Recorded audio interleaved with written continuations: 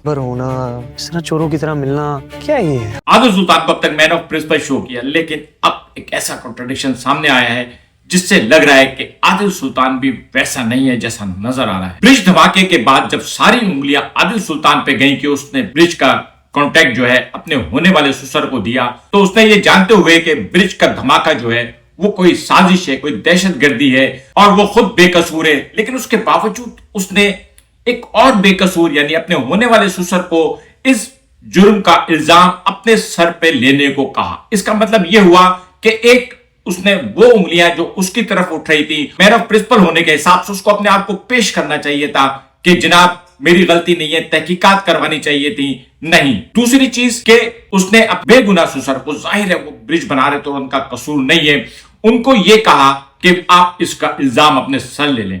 और तीसरी चीज, क्योंकि ब्रिज गिरने का इल्जाम होने वाले ससुर पे डाल दिया गया, तो इसका मतलब यह हुआ कि जो असल मुजरिम थे वो जानता है वो जिम्मेदार नहीं है, वो जानता है उसके होने वाले ससुर भी जिम्मेदार नहीं है, तो जो असल मुजरिम थे उनके खिलाफ तो तहकीकात खत्म हो गई क्योंकि मलबा डाल दिया गया। इतना बड़ा जो ब्रिज गिरा था उसका सारा मलबा होने वाले ससुर पे डाल दिया गया। और ये पहली बार आदिल सुल्तान के कैरेक्टर में एक बहुत बड़ा कंट्राडिक्शन सामने आया है।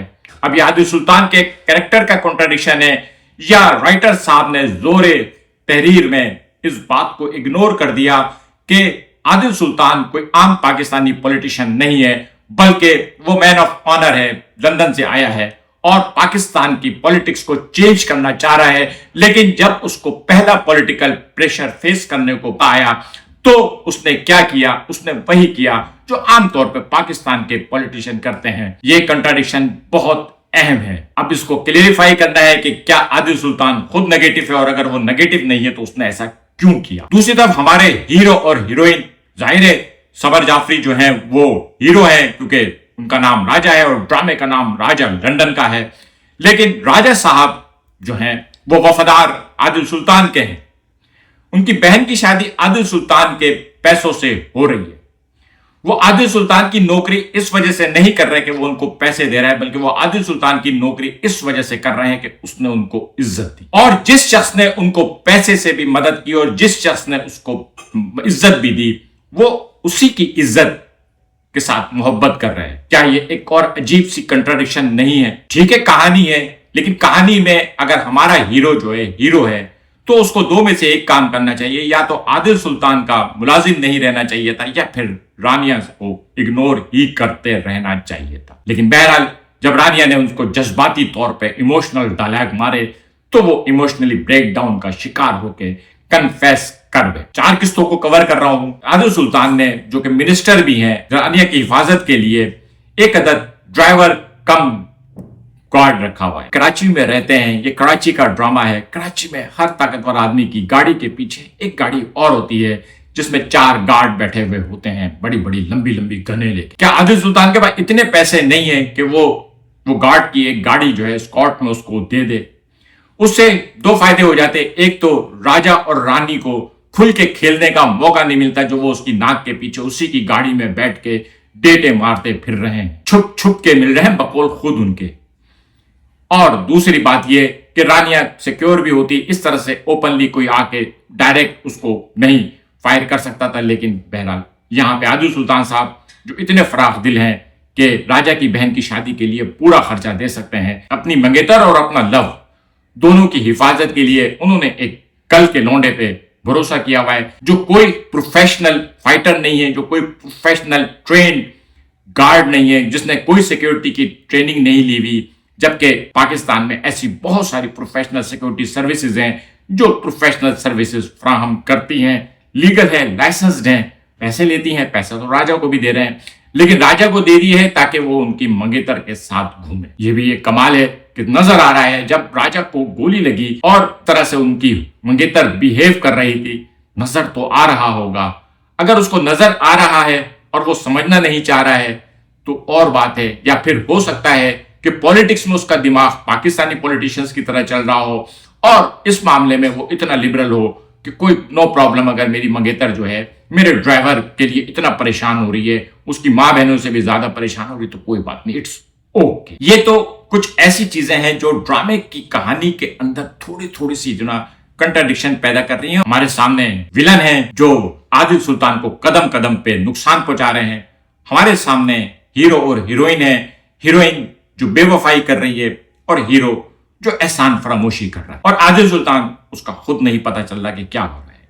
लेकिन आगे वाली किस्त में आदिल सुल्तान राजा के पास पहुंच गया। लेकिन हमने देखा था 14वीं किस्त 13वीं किस्त जगह जब खत्म हुआ था, 14वीं किस्त के एपिसोड में हमने देखा था कि आदिल सुल्तान का हाथ जो है सिकंदर के गिरेबान तक पहुंच गया था, और मैं तो बहुत खुश था उसका सिकंदर के गिरेबान तक हाथ पहुंच गया। लेकिन सिकंदर ने एक ही चाल के जरिए उसको मात दे दी। 16वीं किस्त का जो लास्ट पार्ट है वो बहुत शानदार और सस्पेंस था, वो बिल्कुल फिल्मी सीन था। मुनव्वर सईद वाला, उधर से आदिल सुल्तान आ रहा है, इधर से ये मुनव्वर सईद साहब को कत्ल कर रहे हैं और फिर लाश छुपाने की कोशिश कर रहे हैं। मेरे ख्याल में ये इस ड्रामे का अब तक का सबसे ज्यादा बेहतरीन सस्पेंस फुल सीन था। और असल में हमें इस ड्रामे से ऐसी ही चीजें चाहिए, और यही वजह है कि इसकी छोटी छोटी कुछ जो कंट्राडिक्शंस हैं उसके बावजूद मैं इस ड्रामे को फिल्म की तरह ही देख रहा हूं, क्योंकि मेरे लिए तो ये एक फिल्म ही है।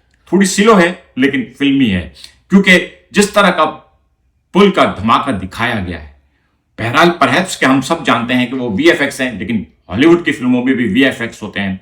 अगर वीएफएक्स को खूबसूरती से दिखाया जाए तो जो सीन सामने आता है, जो प्रोडक्ट आती है, तो उसके लिहाज से ये जो पुल धमाके का सीन था, उसकी तबाही का जो मंजर था, it is one of the best scene.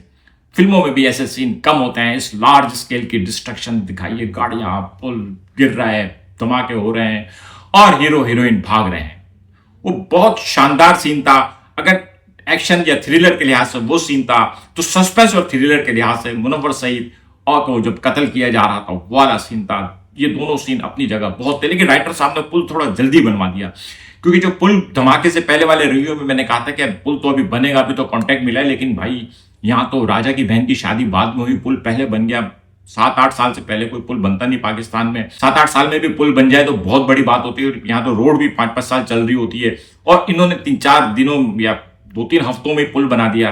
बहरहाल फिल्म ड्रामा है, लेकिन ड्रामे को भी इसी स्पीड से चलाया जाए, क्योंकि ड्रामा चलते चलते अचानक रुक जाता है।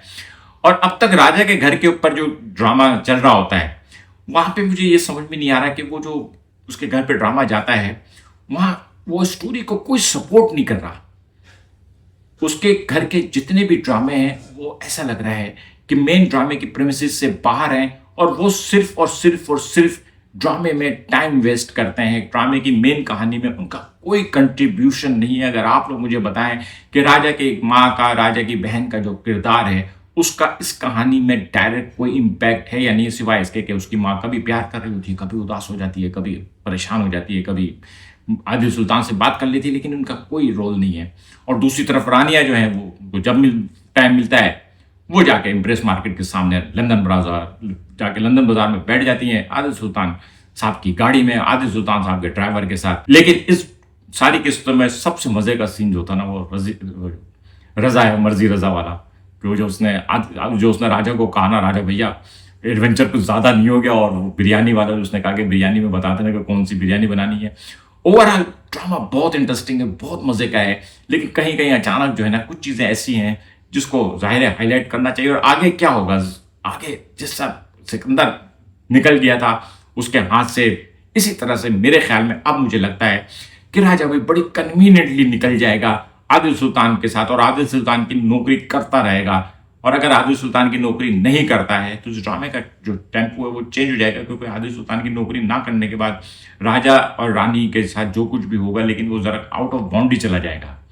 आपकी क्या राय है, कमेंट करके बताइएगा। मिलेंगे अगले किसी व्लॉग के साथ। शुक्रिया।